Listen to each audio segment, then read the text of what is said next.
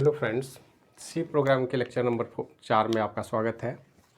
Lecture number 4 में आज हम लोग एक सबसे एक्चुअल में अगर कहा जाए तो ये मेरा पहला प्रोग्राम है सी लैंग्वेज का। इस लैंग्वेज में हम समझने की कोशिश करेंगे कि ये प्रोग्राम हमारा क्या कर रहा है और हम कैसे प्रोग्राम लिखेंगे। सबसे बड़ी बात है कि हम प्रोग्रामिंग का ट्रिक समझने की कोशिश करेंगे कि प्रोग्राम लिखा कैसे जाएगा। तो प्रोग्राम लिखने के लिए सबसे पहले हम जानते हैं कि हमारा सी एक लैंग्वेज है और ये लैंग्वेज भी ठीक उसी तरह से है जिस तरह का लैंग्वेज हम लोग इंग्लिश या हिंदी में इस्तेमाल करते हैं। अगर इंग्लिश लैंग्वेज की बात करें तो हमारे पास सबसे छोटा एलिमेंट क्या होगा, उसका अल्फ़ाबेट। उसी तरह सी लैंग्वेज में भी हमारे अल्फ़ाबेट है और ये अल्फ़ाबेट हमारा स्मॉल ए से लेकर के स्मॉल जेड तक होगा, कैपिटल ए से कैपिटल जेड तक होगा और इस अल्फ़ाबेट में 0, 1 to 9 भी होगा। इसमें अंडरस्कोर कैरेक्टर का भी इस्तेमाल करते हैं हम। इस अल्फ़ाबेट में प्लस माइनस के सिंबल भी होंगे, मल्टीप्लिकेशन डिवीज़न के भी होंगे, हैश भी होगा। तो ये अब तक जो भी हम कीबोर्ड पर अल्फ़ाबेट की देखते हैं, हम ये मान के चलते हैं कि मैक्सिमम ऑलमोस्ट वो सारे अल्फ़ाबेट हमारे इस लैंग्वेज के अल्फ़ाबेट हैं। जो लैंग्वेज हम अभी लिखने जा रहे हैं प्रोग्रामिंग लैंग्वेज, उस लैंग्वेज के ये सारे अल्फ़ाबेट हैं और इन अल्फ़ाबेट का उपयोग हम अपने लैंग्वेज में करेंगे। तो पहली बात तो हो गई कि हमारे पास अल्फ़ाबेट का रेंज ज़्यादा हो गया। टोटल इंग्लिश के अपर और लोअर केस लेटर है, 0 to 9 है, स्पेशल सिंबल है। इसके साथ हमारे पास सारे ऑपरेटर के सिंबल हैं, प्लस माइनस मल्टीप्लिकेशन डिवीजन, इन सब का एक स्पेसिफिक मीनिंग है। सब यूनिकली आइडेंटिफाई किए जाएंगे इस लैंग्वेज में, इसलिए हम इसको सी लैंग्वेज के अल्फ़ाबेट बोल रहे हैं। पहली बात क्लियर हो गई। जब भी सी का प्रोग्राम हम लिखेंगे तो सबसे पहला लाइन हमारा इंक्लूड से शुरू होगा, प्री प्रोसेसर डायरेक्टिव। पिछले लेक्चर में हम लोगों ने डिस्कस किया था। इसके बाद हमारा मेन प्रोग्राम शुरू होता है यहाँ से। इस मेन फंक्शन में यहाँ से स्टार्ट होगा, यहाँ पे हमारा प्रोग्राम क्लोज हो जाएगा। तो यहाँ तक में तो कोई दिक्कत नहीं है, ये हम पहले समझ चुके हैं। अब सबसे पहले अगर सी प्रोग्राम के ब्लॉक की बात करें, मेन के बॉडी की बात करें, जिसमें सारे प्रोग्राम लिखे जाएंगे, ये तो उसका स्ट्रक्चर हो गया। स्ट्रक्चर बनाने हमने सीख लिया। प्री प्रोसेसर डायरेक्टिव हमने बना लिया। अब प्री प्रोसेसर डायरेक्टिव बना ले, मेन फंक्शन को हमने कॉल किया। मेन फंक्शन के बॉडी में ही पूरा का पूरा सी प्रोग्राम लिखा जाएगा। अब प्रोग्राम लिखने का तरीका क्या है, ये हम समझने की कोशिश करेंगे और लैंग्वेज के सारे अल्फ़ाबेट का इस्तेमाल हम कर सकते हैं, ये हमारे पास फ्रीडम है। सबसे पहला जो काम हम करते हैं वो होता है data type declaration.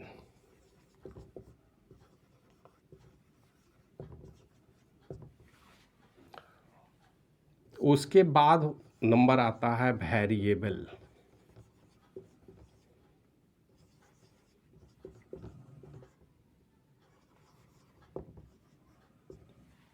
Data type declaration, variable का डिक्लेरेशन, और उसके बाद हमारे आएंगे स्टेटमेंट।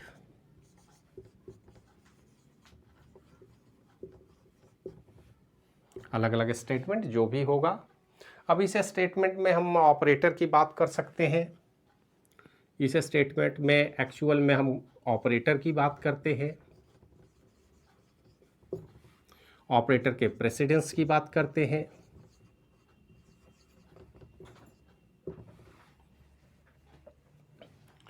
तो ऑपरेटर उसके प्रेसिडेंस की बात करेंगे।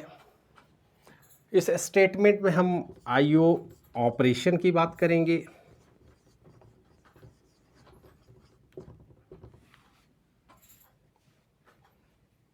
अगर इतना कुछ हम समझ लें तो एक बेसिक प्रोग्राम बनाने में हमको सुविधा हो जाएगी। बेसिक प्रोग्राम बनाने में इससे ज़्यादा कुछ भी जानने की ज़रूरत नहीं है। आप बड़े आराम से सी का कोई भी प्रोग्राम बना सकते हैं, बशर्ते कि इन बातों का आप ध्यान रखें। तो सबसे पहले यहाँ पर देखिए हमने कमेंट लाइन, ये क्या है, हमारा कमेंट लाइन है।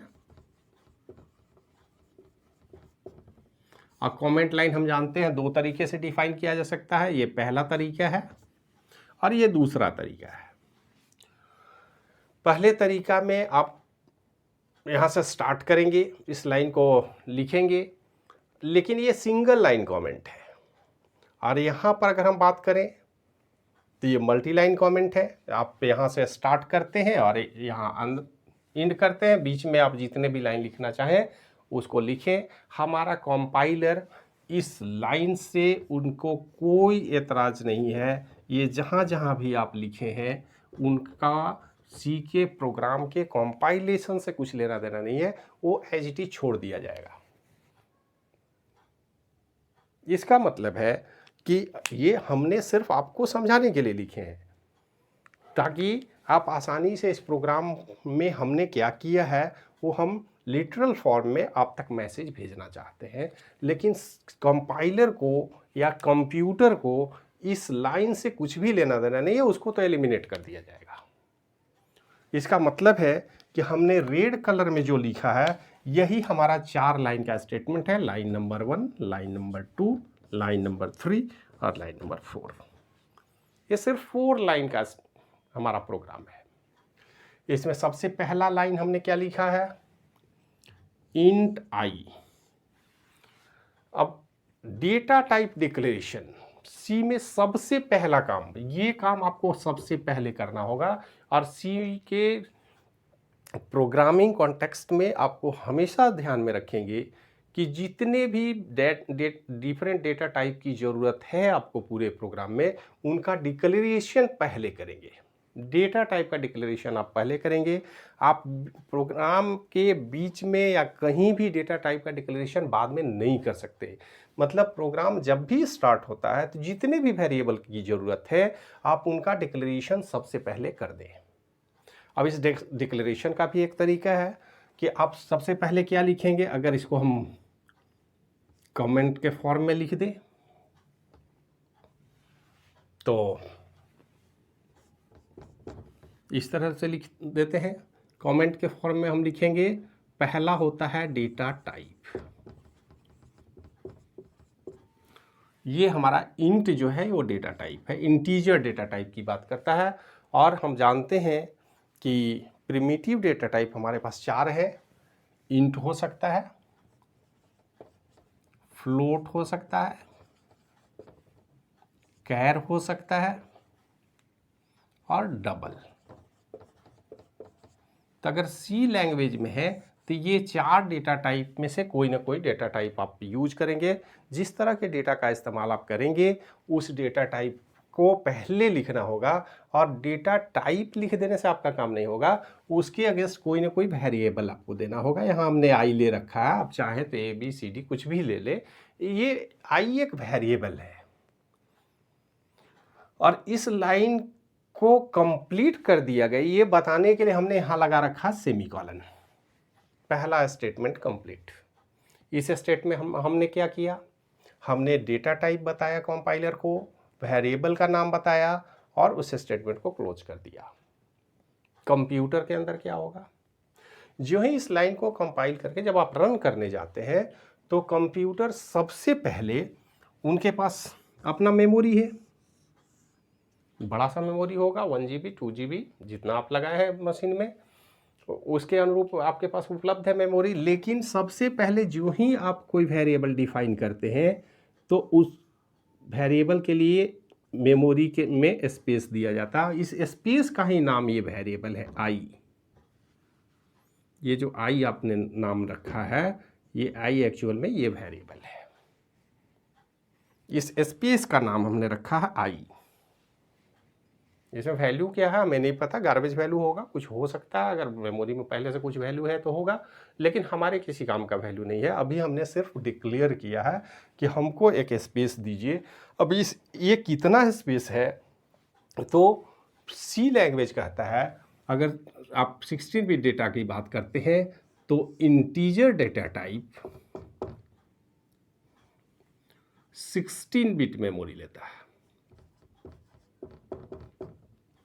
16 बिट मीन्स 2 बाइट, हम यही लिख देते हैं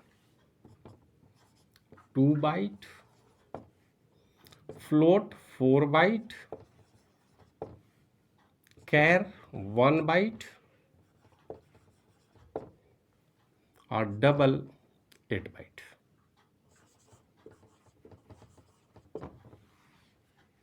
बाइट मीन्स 8 बिट। तो आप जिस तरह का डेटा टाइप लेंगे उसी आधार पर मेमोरी रिजर्व किया जाएगा। जैसे अगर इंटीजर हमने लिया तो ये अगर हम कोई फ्लोट डेटा लेते तो इतना बड़ा होता, अगर हम डबल लेते तो ये साइज होता, और हमने कैरेक्टर लिया होता तो ये होता। मतलब मेमोरी में साइज जगह उतना ही रिजर्व किया जाएगा जो डेटा टाइप आपने दिया है।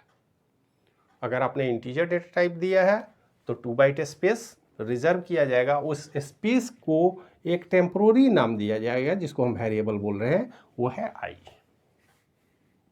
पहला काम हमने कर लिया। दूसरा स्टेटमेंट है कि printf please enter the value. इस स्टेटमेंट में हमने कुछ भी नहीं किया है। इस डबल कोट में जो भी मैसेज आपने लिखा है ड्यूरिंग एग्जीक्यूशन, वो यूजर के सहयोग के लिए, क्योंकि यहाँ पर आने के बाद स्क्रीन तो ब्लैंक होगा, स्क्रीन पर कुछ भी नहीं होगा, तो किसी ऑपरेटर को जो प्रोग्राम को रन करेगा उसे पता नहीं होगा कि क्या करना है। तो उसको मैसेज, उस ऑपरेटर को या यूजर को हमने मैसेज भेजा इमीडिएट कि प्रिंटफ फंक्शन है, और इस फंक्शन का हेडर फाइल है stdio.h, यहाँ से वो मिल जाएगा उनको। तो इस प्रिंटफ का मतलब पता है कंपाइलर को, वो हमें बताने की ज़रूरत नहीं है। जो ही हमने प्रिंटफ दिया वो एज इट इज इस टेक्स्ट को स्क्रीन के डिस्प्ले में यहाँ पर लिखना शुरू कर देगा। ये तो हमें दिखेगा नहीं, ये तो रैम के अंदर जगह एक्वायर उन्होंने किया है, लेकिन एक्चुअल में स्क्रीन पर जो कुछ भी दिखेगा वो यही लाइन होगा जो सबसे पहले प्रोग्राम को रन करने के बाद दिखेगा। ये प्लीज इंटर ए वैल्यू। अब अगर कोई वैल्यू आप देना चाहते हैं तो ये बात ध्यान में रखनी होगी कि हमने प्रोग्राम बनाया है इंटीजर। चूंकि आप प्रोग्रामर हैं तो आपको पता है कि इंटीजर वैल्यू है। अगर आपको पता नहीं है, कोई अननोन पर्सन इस प्रोग्राम को रन करना चाहता है, तो आप यहाँ पर लिख सकते हैं कि please inter any natural number,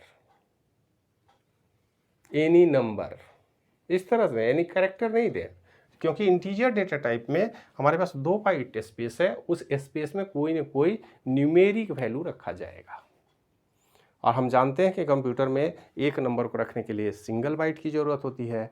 इसका मतलब है कि 2 बाइट का कोई भी नंबर आप यहाँ दे सकते हैं। ये अलग बात है कि 2 बाइट में कितने न्यूमेरिक वैल्यू आ जाएंगे, इसका अंदाज़ा आप लगा सकते हैं 2 टू पावर 16। इस रेंज में जितने भी वैल्यू हैं उनमें से कोई भी वैल्यू आप यहाँ पर दे सकते हैं, उसको वो रख सकता है। 2 बाइट मतलब ये नहीं कि 1 to 12 रख सकते हैं, 124 भी रख सकते हैं, 1024 भी रख सकते हैं, क्योंकि 2 बाइट मीन्स 2 टू पावर 16, और इसका जो न्यूमेरिक वैल्यू होगा ये 65,536 होता है। तो इंटीजर में 65,000 के नीचे का कोई भी वैल्यू आप दे सकते हैं, उसको स्टोर करने का क्षमता हमारे प्रोग्राम के पास है। तो सबसे पहले इसके एग्जीक्यूट होने के बाद आपसे नंबर का डिमांड किया गया। नंबर देने के बाद तीसरे स्टेटमेंट पर आइए। ये स्कैनफ, ये भी एक फंक्शन है। ये प्रिंट, ये आउटपुट का फंक्शन है, और ये हमारा इनपुट फंक्शन है। ये इस बात को ध्यान में रखेंगे। इनपुट फंक्शन में हमने देखिए क्या किया, स्कैनफ। इसके बाद एक नया टर्म आता %d, डबल कोट के अंदर है, आप देख लें, ऐसे ही लिखेंगे आप। डबल कोट के अंदर अगर %d है तो ये, इसको हम लोग बोलते हैं फॉर्मेट स्पेसिफायर, और ये फिक्स है। जब भी कोई इंटीजर वैल्यू अगर कंप्यूटर डिमांड करता है आपसे, तो उसके लिए जो स्टेटमेंट आप लिखेंगे प्रोग्रामिंग में, यूजर को तो कोई मतलब नहीं है, यूजर को तो डिमांड हो करेगा वो दे देगा, लेकिन इस वैल्यू को अब हम लेके कहाँ जाना चाहते हैं, इस आई वाले प्लेस में। मान लेते हैं यूजर ने 15 को इंटर किया, तो 15 कहाँ जाएगा प्रोग्राम में, इसको तो नहीं पता, ये तो सिर्फ डिस्प्ले कर दिया कि कोई एक नंबर दीजिए आप। तो इस स्टेटमेंट का काम है कि इनपुट से जो भी वैल्यू आए उसको आप रखें, तो इनपुट से जो वैल्यू आ रहा है वो कौन सा वैल्यू है, इंटीजर टाइप का वैल्यू है, न्यूमेरिक वैल्यू है। उस न्यूमेरिक वैल्यू के लिए, इंटीजर वैल्यू के लिए स्पेसिफायर है %d। हमने बताया 4 तरह के डेटा टाइप है, इंट, फ्लोट, कैर और डबल। सबके लिए स्पेसिफायर चेंज होगा, आप देख लें, ये इंटीजर के लिए है, ये फ्लोट के लिए है, ये कैरेक्टर के लिए है, ये स्ट्रिंग के लिए है। आप डबल के लिए भी %c का इस्तेमाल करेंगे या f का इस्तेमाल कर सकते हैं। डबल के लिए यही होगा। ये string special group of character के लिए है, ये आप ध्यान में रखेंगे, इसका इस्तेमाल बाद में करेंगे हम। लेकिन %d, %f, %c, और ये बिल्कुल मैच करना चाहिए। अगर आपका डेटा इंटीजर है तो आप यहाँ %d लिखेंगे, फ्लोट डेटा टाइप है %f लिखेंगे, कैरेक्टर डेटा टाइप है तो %c लिखेंगे, अगर डबल है तो फिर %f ही लिखना है आपको। तो ये हो गया फॉर्मेट स्पेसिफायर। इसके बाद यहाँ पर ये है एम्परसेंड, इसको बोलते हैं एड्रेस ऑफ आई। आप जो भी डेटा रिसीव कर रहे हैं इनपुट से, उसको कहाँ रखेंगे, तो एड्रेस ऑफ आई, इस आई का कोई ना कोई एड्रेस होगा। वो एड्रेस प्रोग्रामर को भी नहीं पता है, ऑपरेटिंग सिस्टम को पता है। उसने जहाँ भी मेमोरी में एलोकेट किया है उसका जो एड्रेस होगा उसी एड्रेस पर रखना है। मतलब ये 15 आई के एड्रेस पर रखा गया, इसको बोलते हैं असाइनमेंट। इस आई में वैल्यू 15 को असाइन कर दिया गया। आई अब फिर जो स्पेस हमने रिजर्व किया था उस स्पेस में हमने 15 रख दिया। हमने क्या रखा, मशीन ने रखा। 15 रखने के बाद ये काम कंप्लीट हो गया, स्टेटमेंट कंप्लीट हो गया। इसके बाद फिर से हम प्रिंट एफ करना चाह रहे हैं, लेकिन अब जो हम प्रिंट एफ करेंगे सिर्फ किसी लाइन को प्रिंट कराने के लिए नहीं करेंगे, बल्कि इस वैल्यू को हम प्रिंट कराना चाहते हैं जो अभी यूजर ने इंटर किया है, जो आई वेरिएबल में रखा गया है। इस वेरिएबल में रखे गए वैल्यू को प्रिंट करने का स्टेटमेंट क्या है, आप देखें प्रिंट एफ। यहां पर एक टर्म है /n, इसको बोलते हैं हम escape sequence for new line. मतलब जब भी ये /n यहाँ भी दे सकते हैं, यहाँ भी दे सकते हैं, लेकिन ये डबल कोट के अंदर होना चाहिए। इसका मतलब है कि अगर हमारा पॉइंटर अभी लाइन नंबर 2 में है, अगर इस तरह से चल रहा है, लाइन नंबर 2 में है तो लाइन नंबर 3 में ये शिफ्ट हो जाएगा, न्यू लाइन में आ जाना है। जो पहले से अगर कुछ लिखे हुए हैं प्लीज इंटर ए वैल्यू, तो स्वाभाविक है कि अभी तो कर्सर यहाँ पर दिख रहा है। उसके बाद हम न्यू लाइन में आएंगे और उस वैल्यू को प्रिंट करना चाहते हैं, तो देखिए क्या लिखे हैं, यू इंटर्ड, फिर हमने फॉर्मेट स्पेसिफायर लगाया %d, क्योंकि हमें पता है कि इंटीजर वैल्यू को ही आउटपुट में भेजना है। तो ये फॉर्मेट स्पेसिफायर होना बहुत ज़रूरी है और मैचिंग होना चाहिए इनपुट के समय भी आउटपुट के समय भी। ये थोड़ा सा नए लर्नर को, नए प्रोग्रामर को सी प्रोग्रामिंग में खासकर विशेष रूप से ध्यान देने की ज़रूरत है, इसमें कोई गड़बड़ी नहीं होनी चाहिए। तो फॉर्मेट स्पेसिफायर हमने लगाया, डबल कोट किया, कॉमा देके हमने आई दे दिया। ये I as it is print नहीं होगा, डबल कोट तक ही एज इट इज प्रिंट होगा, और इस आई के जगह पर आई का वैल्यू भेजा जाएगा जो 15 हमने दिया है। तो यहाँ प्रिंट में वो लिखेगा 15।